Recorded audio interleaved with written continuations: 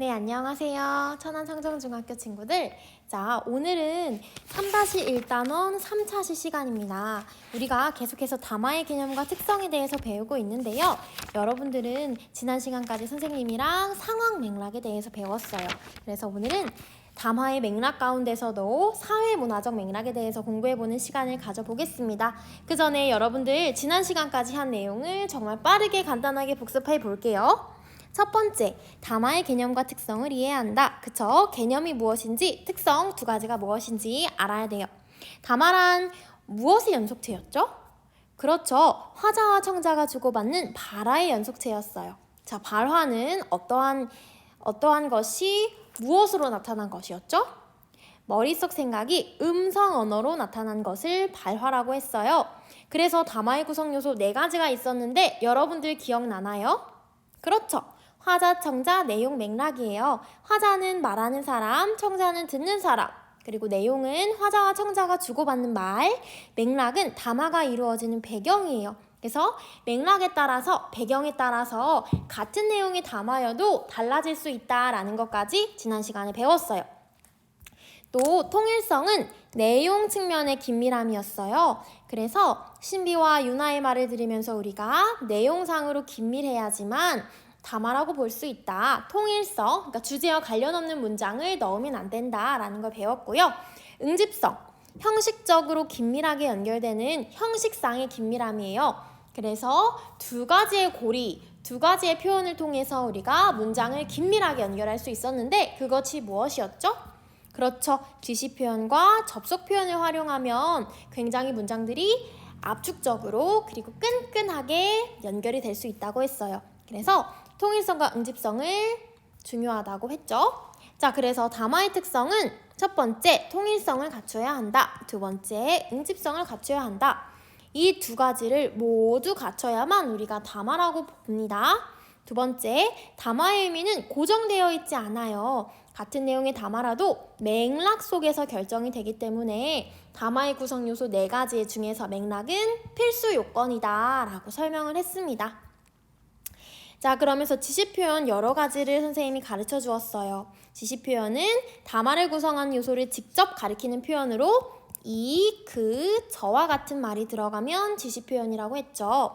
그러면서 이, 그, 저가 언제 쓰이는지까지 선생님이 이야기를 했어요. 다음 시간에 선생님이랑 프린트로 다시 한번 정리할게요. 그 다음에 접속 표현, 앞 내용과 뒷 내용을 의미 관계로 연결하는 다양한 접속사들을 배웠습니다. 그리고 게다가 더욱이 또한 그러나 하지만 그렇지만 등등등등 여러분들이 이러한 접속사를 각각의 문장 사이에다가 어떤 접속사가 들어갈 수 있을까를 생각하고 끼워 넣을 수 있다면 그렇다면 이번 시험은 자신 있게 볼 수 있을 것 같아요. 자, 그래서 여러 가지 연습도 해봤고요. 오늘은요, 사회문화적 맥락을 한번 봐볼 거예요. 우리 지난 시간에 했던 내용을 또 간단하게 보면 담화의 맥락은 크게 2가지로 나눌 수 있었습니다. 첫 번째는 상황 맥락, 두 번째는 사회문화적인 맥락이었죠. 그래서 상황 맥락을 구성하고 있는 것은 첫 번째, 화자와 청자의 관계, 두 번째, 시간과 장소, 세 번째, 의도나 목적, 이렇게 각각 그 장면 자체와 관련된 맥락을 상황 맥락이라고 했어요. 오늘 배울 맥락은요, 이렇게 일시적인 장면 자체에 관련된 게 아니라 약간 오랜 세월 동안 쌓여진 문화나 가치관, 관습과 관련된 그런 맥락이에요. 그래서 그것을 사회문화적인 맥락이라고 합니다.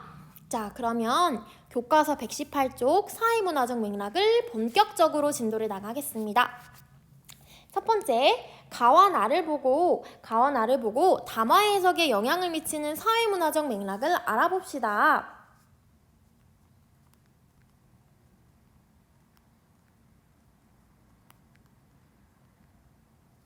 자, 그러면 한번 봐볼게요. 자, 빨간 친구가 이렇게 말했어요. 얼마 뒤면 추석이네. 그랬더니 노란 친구가 난 시골 큰 집에 갈 거야. 그랬더니 여자친구가 난 임진각에 갈 거야. 할아버지께서 해마다 가시거든. 그랬어요. 남자친구가 저런 가슴 아픈 일이야. 빨리 통일이 되어야 할 텐데. 그러게. 자, 이 대화를 보면 여러분들 굉장히 어색하고 이상하나요? 네, 그렇지 않았어요. 왜냐하면 우리는 대한민국이란 나라에서 오래오래 살았죠. 여러분들 15년 동안 살았죠. 그러면서 우리나라의 사회문화적인 그런 언어 공동체의 관습이나 가치관 이런 것들을 잘 학습했기 때문에 이 부분이 어색하지 않았을 거예요. 자, 밑에 거 한번 밑줄 쳐볼게요. 이거랑 관련된 말이에요. 화자와 청자가 나누는 담화는 그들이 속한 언어 공동체의 사회문화적인 배경과 관습의 영향을 받게 됩니다. 자, 여러분들은 각각의 언어 공동체에 속해 있어요. 다양한 언어 공동체들이 있는데 선생님은 약간 여성 언어와 남성 언어가 조금 달라요. 그래서 여성 언어 공동체에 속하기도 하고요. 그리고 세대로 봤을 때 선생님은 20대가 쓰는 언어 공동체에 속하고요. 또 직업으로 봤을 때 선생님은 교사 언어 공동체에 속해요. 그런 식으로 각각이 속한 언어 공동체마다 사회적인 관습이나 가치관, 그런 어떤 문화적인 배경이 있을 거예요. 그래서 우리가 대화를 할 때 그 담화는 문화적인 배경과 관습에 영향을 받게 됩니다. 그래서 이러한 사회문화적 배경과 관습은 사회문화적 맥락에 관련이 있다. 1번 역사적 사회적 배경, 2번 공동체의 가치, 3번 신념, 4번 문화, 이런 것들이 바로 사회문화적 맥락을 구성하는 4가지 요소라고 볼 수가 있고요. 그래서 이런 것들을 이해하면 우리가 적절하고 자연스러운 담화가 될 수 있다. 이렇게 볼 수가 있어요. 4가지를 반드시 기억해줬으면 좋겠어요. 근데 여러분들이 이거를 보면서 이게 무슨 말일까? 역사적 사회적 배경이 달라지면 어떻게 담화가 다르게 해석될 수 있다는 것일까? 아니면 우리가 이해하지 못하는 그런 문화들은 우리가 어떻게 받아들여야 할까? 하는 여러 가지 궁금증들이 들 거예요. 여러분들의 이해를 돕기 위해서 예시를 한번 생각해보면 우리나라 사람들은요, 얘기를 할 때 조금 이런 문화가 있어요. 우리 밥 한번 먹자, 이런 말을 하잖아요. 그쵸? 그것은 대한민국 사람들에게 밥 한번 먹자는 진짜 밥을 먹자 이게 아니라 한번 우리 얼굴 한번 보자, 너 보고 싶다, 이런 말이죠. 안부 묻는 그런 형식으로 말을 하는 거예요. 그런데 우리나라가 아닌 독일, 이런 나라에서는요, 약속을 굉장히 구체적이고 정확하게 잡는 거를 좋아해요. 그래서 독일 사람들한테 야, 우리 밥 한번 먹자 이러면 독일 사람들은 언제? 어디서? 뭐 먹을까? 너가 사줄 거야? 이렇게 굉장히 구체적인 약속을 잡으려고 하면 우리 굉장히 당황스럽겠죠. 그쵸? 이렇게 나라별로도 문화적인 가치가 다르고 그리고 생각 가치관이 정말 다르기 때문에 담화를 할 때에는 상대방을 배려하는 태도가 필요할 거예요. 자, 기억과 같은 말에 니은처럼 반응하는 것이 자연스럽게 느껴지는 사회문화적인 맥락은 무엇일까요? 자, 얼마 뒤면 추석인데 시골 큰 집에 갈 거래. 여러분들 이 말이 어색하지 않은 이유는 우리나라의 풍습 때문입니다, 여러분. 자, 우리나라의 풍습이에요. 여기다 쓸게요. 우리나라에는 명절이 되면 고향에 가거나 집안 어른께 인사를 드리는 풍습이 있죠.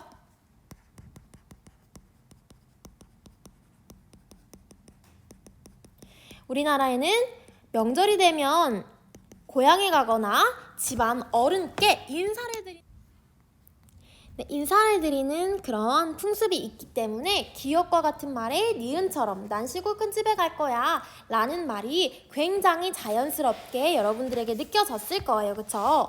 2번째, 사회문화적인처럼 말한 까닭은 무엇일까요? 라고 했는데 디귿 볼게요. 저런 가슴 아픈 일이야. 내 여자친구가 임진각에 갈 거야 할아버지께서 맨날 가시거든 했더니 남자친구가 아이고 저런 가슴 아픈 일이야. 빨리 통일이 되어야 할 텐데 라는 이야기를 해줬어요. 요걸 봤을 때 우리가 사회문화적인 맥락을 고려하면 이런 것들이 왜 가슴 아프게 다가오는지 여러분들이 알 수 있을 거예요. 자, 여러분들 임진각은 어떠한 장소예요? 그렇죠. 3.8선 주변에 분단의 아픔을 상징하는 그런 장소죠. 그렇기 때문에 여러분들은 몰랐을 수도 있겠지만 추석이 되면 임진각에 실향민들, 그러니까 고향을 잃었다.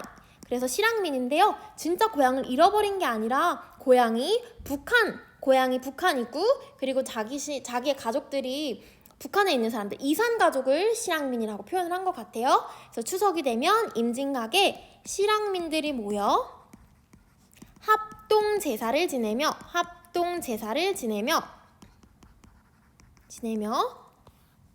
고향과 가족을 그리워하는 풍습이 있는데, 고향과 가족을 그리워하는 마음을 달랬어요.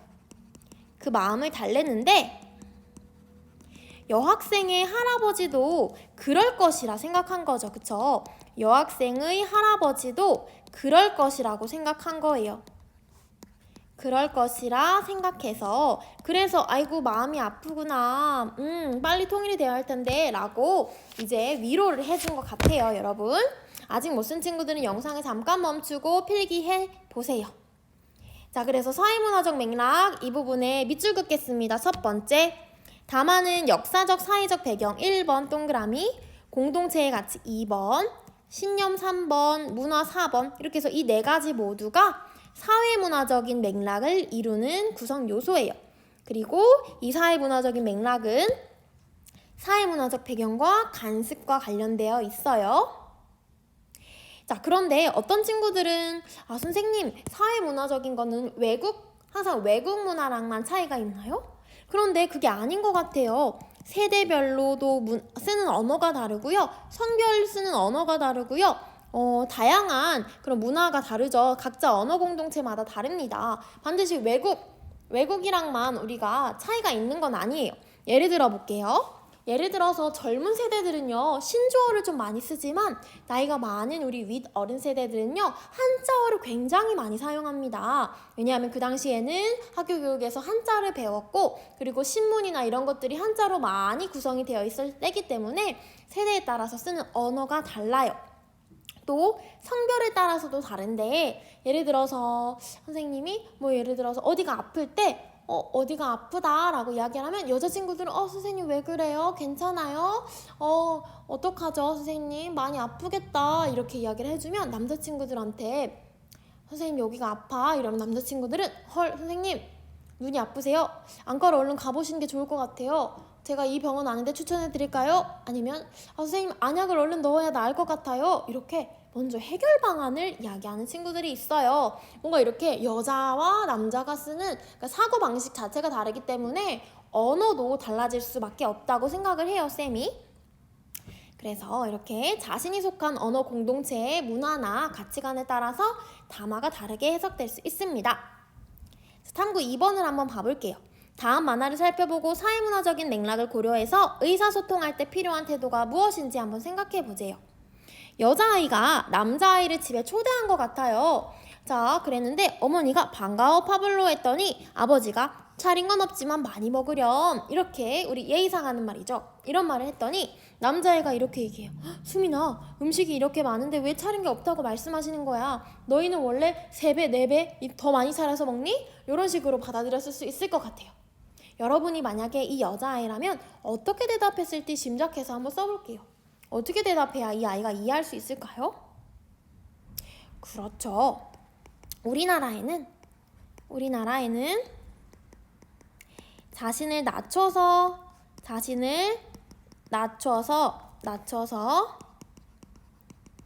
겸손하게 표현하는 문화가 있어. 우리나라에는 자신을 낮춰서 겸손하게 표현하는 문화가 있어.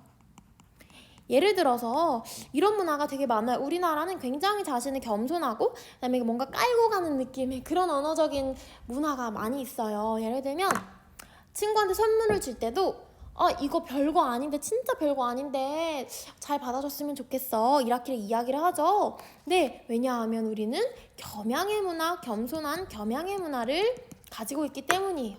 근데 막 외국 친구들한테 우리가 야 이거 진짜 별거 아닌데 이거 잘 받아줬으면 좋겠어 라고 하면 외국 친구들은 별거 아닌 걸 나한테 왜 줘? 진짜 별거 아니니? 이렇게 물어볼 수도 있어요. 네, 그렇기 때문에 여러분들이 외국 친구들이랑 대화를 할 때는 조금 더 배려를 해야겠죠? 자, 우리나라와 문화가 다른 환경에서 다른 사람과 의사소통을 하려면 어떻게 해야 하는가, 어떤 태도가 필요한지 한번 써볼게요. 첫 번째는 먼저 우리가 해야 할 노력이에요. 우리나라와 다른 상대의 문화를 문화를 이해하려 노력해야 합니다. 이해하려고 노력해야 합니다. 우리나라와 다른 상대의 문화를 조금 우리가 이해하려고 노력을 해줘야겠죠. 그래서 여러분들 반에 혹시나 다문화 친구가 있거나 그러면 반드시 여러분들이 먼저 이해를 해주려고 노력을 했으면 좋겠습니다. 두 번째는 우리가 노력하는 게 아니라 상대방이 노력하는 거예요. 그래서 상대가 우리의 문화를 이해하도록 도와야 합니다.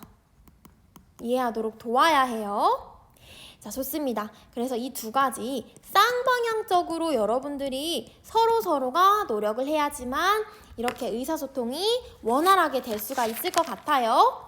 자, 그러면 넘겨서 우리 120쪽과 121쪽을 여러분들이 한번 풀어보세요. 122쪽까지 여러분들, 120쪽에서 122쪽까지 여러분들 한번 풀어보세요.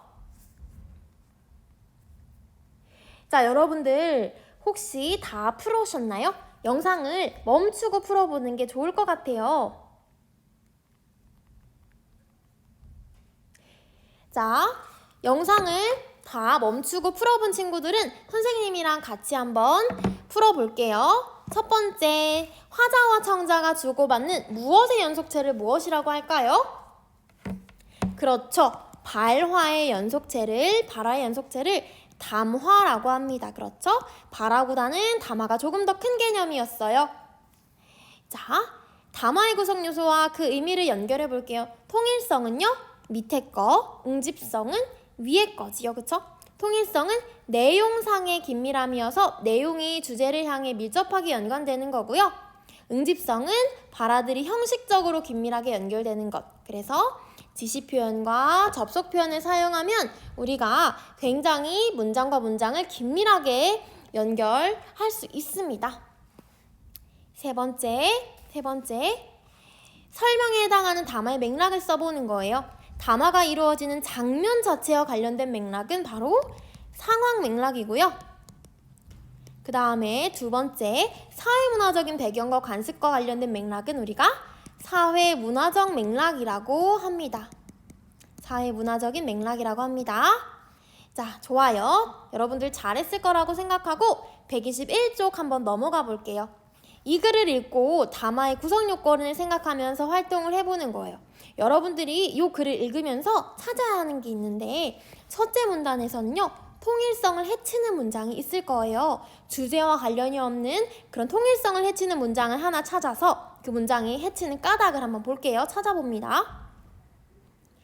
지난달에 있었던 일입니다. 영화를 보러 극장에 갔습니다. 극장이 10층에 있어서 승강기를 탔는데 아저씨 한 분이 같이 탔습니다. 승강기가 움직이자마자 그 아저씨가 방귀를 뿡 뀌었습니다. 갑작스러운 일이라 놀랐지만 한편으로는 우습기도 했습니다. 갑작스러운 일이라 놀랐지만 또 나오네요. 한편으로는 우습기도 한 것은 아저씨도 마찬가지인 듯 했습니다. 서로 어색한 웃음을 짓다가 아저씨가 미안하다고 말했고 저는 괜찮다고 말했습니다. 아저씨는 4층에서 내렸습니다. 4층에는 제가 좋아하는 장난감 매장이 있습니다. 저는 곧 더욱 황당한 일을 겪을 것이라고는 예상도 못한 채 재미있는 일을 겪었다고 생각하며 속으로 웃었습니다. 자, 여기까지 내용을 정리해보면 승강기 안에서 아저씨가 방귀를 꼈어요. 그쵸? 아저씨가 방귀를 낀 사건, 이게 나오죠? 계속해서 읽어보기 전에 한번 보면 여러분들 선생님이 읽다가 이거 뭐지? 싶었던 것이 있었죠. 갑작스러운 일이라 놀랐지만 우습기도 했다. 뒤에도 갑작스러운 일이라 놀랐지만 우습기도 했다. 자, 여러분들 이게 지금 똑같은 표현이 쓰인 이유가 있어요. 왜냐하면 이 글에는요, 응집성이 없기 때문이에요. 여러분들 두 눈 뜨고 지시 표현과 접속 표현을 찾아보세요. 지시 표현, 접속 표현 찾을 수 있나요?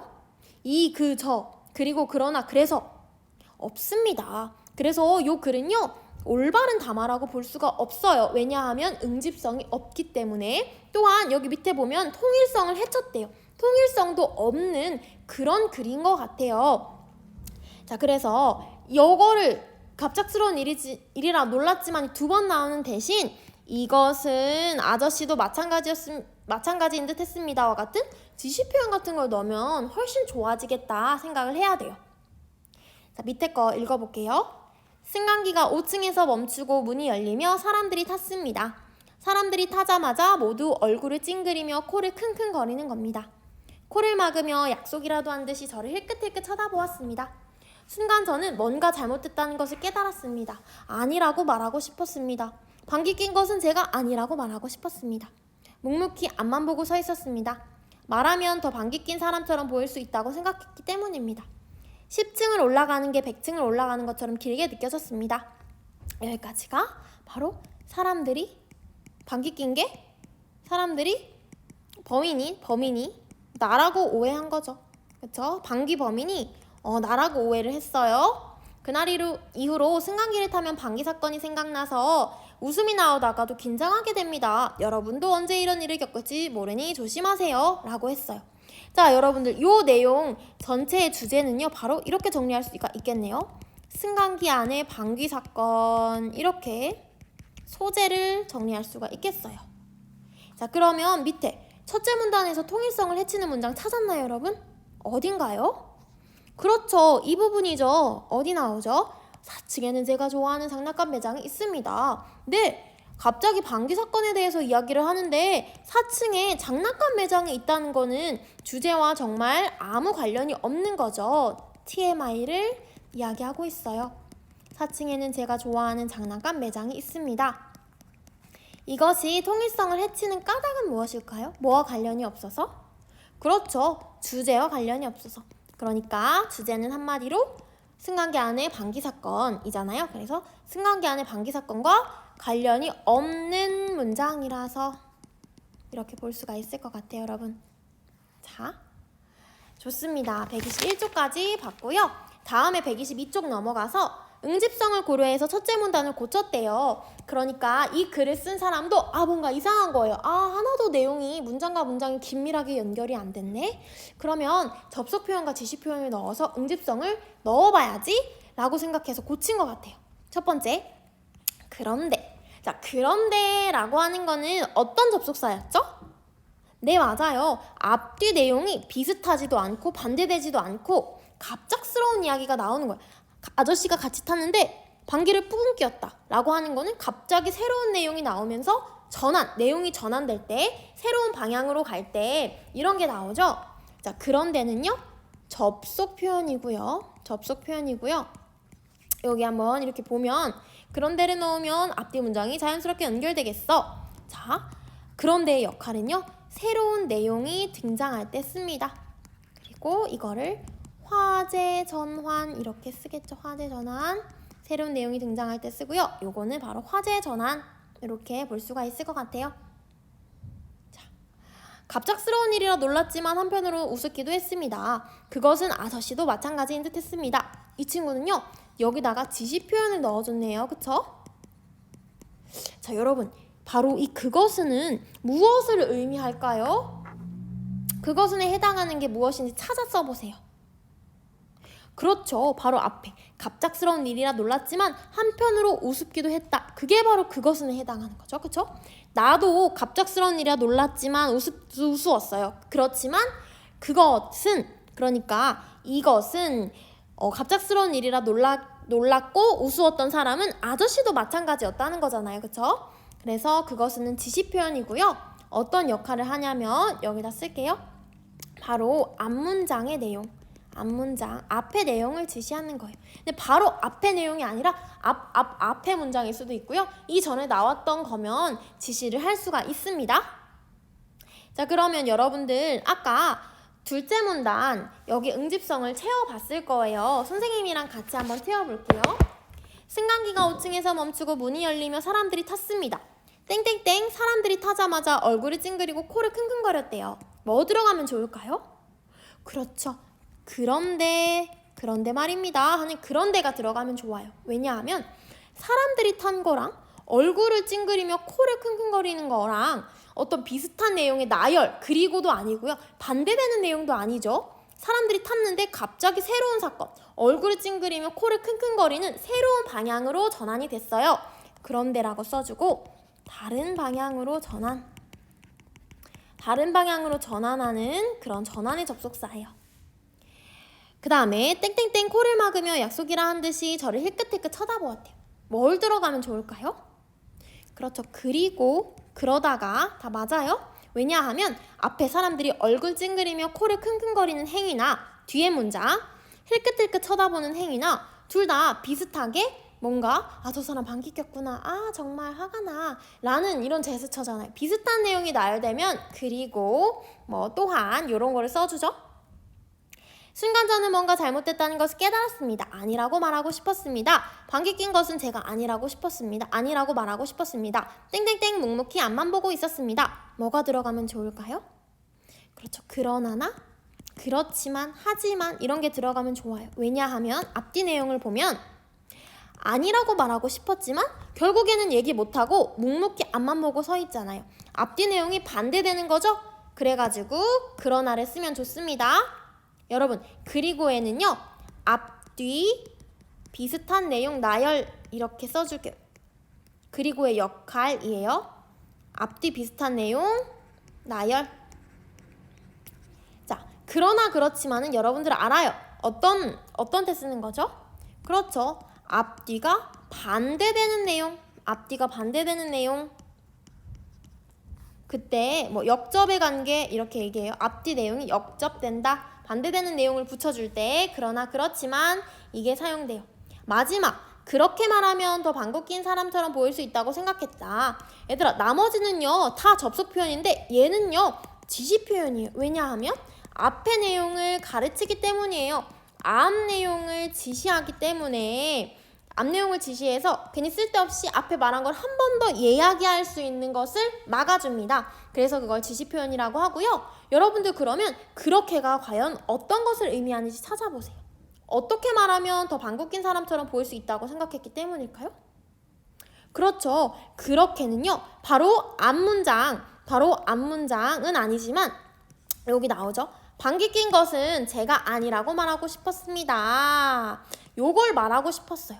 근데 한 번 더 이야기를 하면 여러분 아니라고 말하고 싶었습니다. 아니라고 말하고 싶었습니다. 아니라고 말하고 싶었습니다. 3번이 나오니까 이런 거를 방지하고 문장을 짧게 그리고 긴밀하게 연결될 수 있도록 그렇게라는 지시 표현을 사용한 거예요.